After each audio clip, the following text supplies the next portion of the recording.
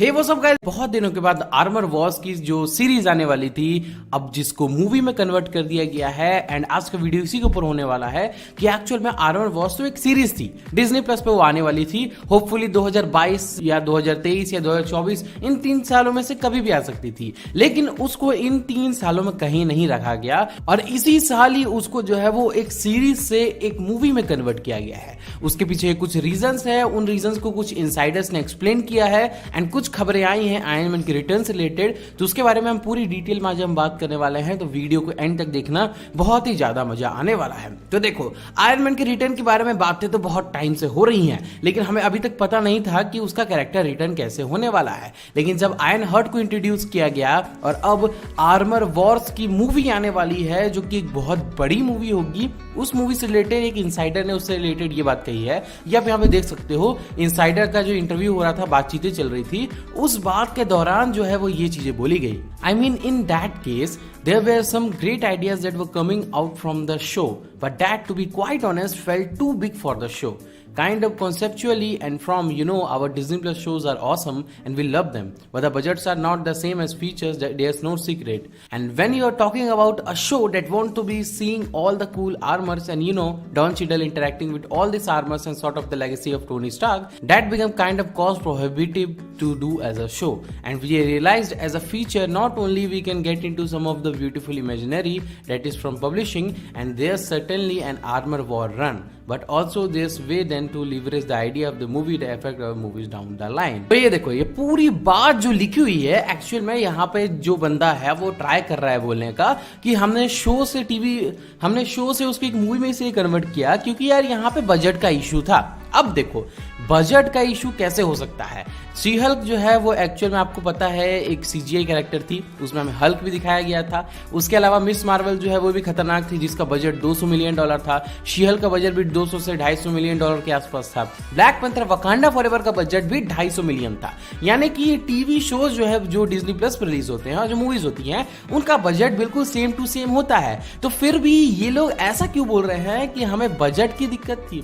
तो Armor Wars को एक छोटा सा इवेंट नहीं था कि उसको एक डिज्नी प्लस के शो में दिखाया जा सकता है। उसके अंदर में बहुत सारी चीजें ऐसी दिखाई जाएंगी जो कि एक्चुअल में एक थिएटर में एक मूवी हॉल के लेवल की होंगी। शो जो होते हैं उनमें कुछ चीजें होती है ना, वो उतना बड़ा इंपैक्ट नहीं डालती हैं जितना बड़ा इंपैक्ट हमें थिएटर में मालूम चलता है। अगर आयरन मैन जो जिसने स्नैप किया था वो हमने थिएटर की जगह अगर ऐसे ही डिज्नी प्लस के शो में देखा होता तो कैसा अजीब सा लगता ना। इसलिए बड़ी चीजों के लिए ये लोग जो है वो मूवी ही रिलीज करते हैं एंड इसी कारण से आर्मर वॉर्स को एक मूवी में बदला गया है। यहाँ पे ये बताया जा रहा है कि जो कॉन्सेप्ट हम यूज करने वाले हैं वो कॉन्सेप्ट जो है वो डिज्नी प्लस शो के लिए बहुत छोटा है, इसलिए उन्होंने इसको एक मूवी में कन्वर्ट किया ताकि जो ये लोग चीजें दिखाना चाहते थे उसको ढंग से दिखा पाए। और यहाँ पे डायरेक्ट बात हो रही है आयरन मैन की लेगेसी की। तो आयरन मैन आपको मालूम है टोनी स्टार्क की डेथ हो गई है, उसके बाद से अब रोडी जो है वो उसकी लेगेसी को कंटिन्यू करने वाला है। लेकिन आर्मर वॉर्स की जो एक्चुअल सीरीज थी, जो कॉमिक्स थी, जो थोड़े अलग तरीके से भी दिखाई गई थी,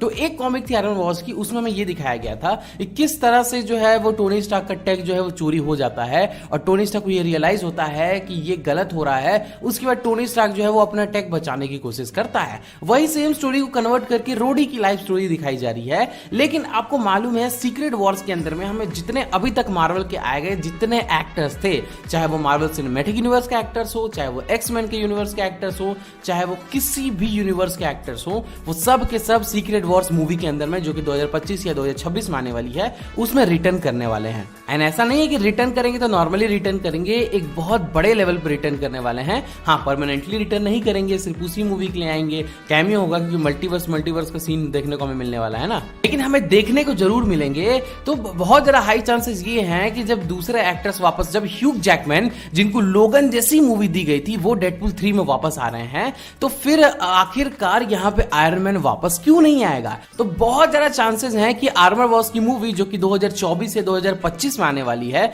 उस मूवी के अंदर में हमें आयरन मैन के रिटर्न का कोई हिंट या आयरन मैन का कोई कैमियो या आयरन मैन से रिलेटेड कोई ऐसी छोटी सी डिटेल मिलने वाली है जो कि हमें पता नहीं थी। क्योंकि एक्चुअल में जो ये वाला इवेंट हुआ था जहां पे टोनी स्टार्क का टेक चोरी हुआ था, उसमें टोनी स्टार्क को चीजों को बचाने के लिए अपनी डेथ को फेक करना पड़ा था। यानी कि टोनी स्टार्क ने वहां पे अपनी डेथ को फेक करा था। हाँ, एंड गेम में टोनी स्टार्क ने अपनी डेथ को फेक तो नहीं करा है, लेकिन टोनी स्टार्क का कैरेक्टर का रिटर्न जो है वो होने वाला है 200% सीक्रेट वॉर्स मूवी के अंदर में।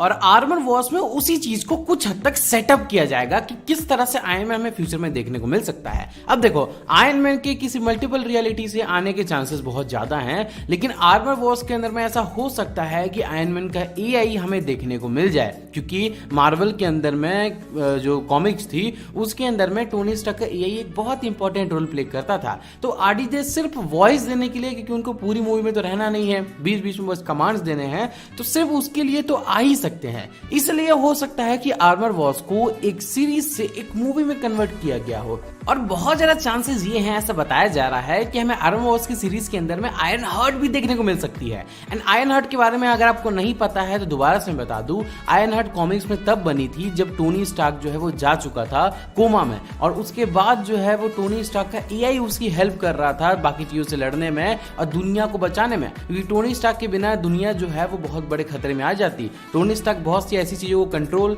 और दुनिया को बहुत सारी चीजों से बचाता है, इस वजह से टोनी स्टार्क का होना जरूरी है अर्थ पे। अब अर्थ की रक्षा कौन करेगा इसके बारे में पता नहीं है, लेकिन आयरन हार्ट की सीरीज में हमें कुछ ना कुछ इससे रिलेटेड देखने को जरूर मिलने वाला है। आयरन हार्ट की सीरीज जो है वो मैजिक वर्सेस टेक्नोलॉजी के ऊपर होने वाली है। दोबारा से बता दूं, आयरन हार्ट इसी साल आने वाली है, एंड मैजिक वर्सेस हमें देखने को मिलेगा टेक, किस तरह से साइंस और मैजिक जो है वो आपस में लड़ते हैं। ये चीज हमें जब बहुत कम दिखाई गई है एमसीयू के अंदर में, और अब फाइनली देखने को मिलने वाली है, तो ये भी एक बहुत बेहतरीन चीज है। तो हो सकता है कि आयरन मैन का एआई आ जाए, या फिर मैं बाकी तो मैं 100% बोलता हूँ, 100% क्या 200% बोलता हूँ कि सीक्रेट वॉर्स के अंदर में हमें टोनी स्टार्क का एआई देखने को मिलने वाला है, या फिर टोनी स्टार्क खुद ही रिटर्न आएगा किसी मल्टीपल रियलिटी से। ये चीज 100% पॉसिबल है। तो आपको क्या लगता है मुझे नीचे कमेंट करके बताना, और अगर आपको आज का मेरा वीडियो पसंद आया होगा तो मेरे वीडियो को लाइक करना, चैनल को सब्सक्राइब करके नोटिफिकेशन बेल ऑन करना मत भूलना। बाकी चलो मिलते हैं।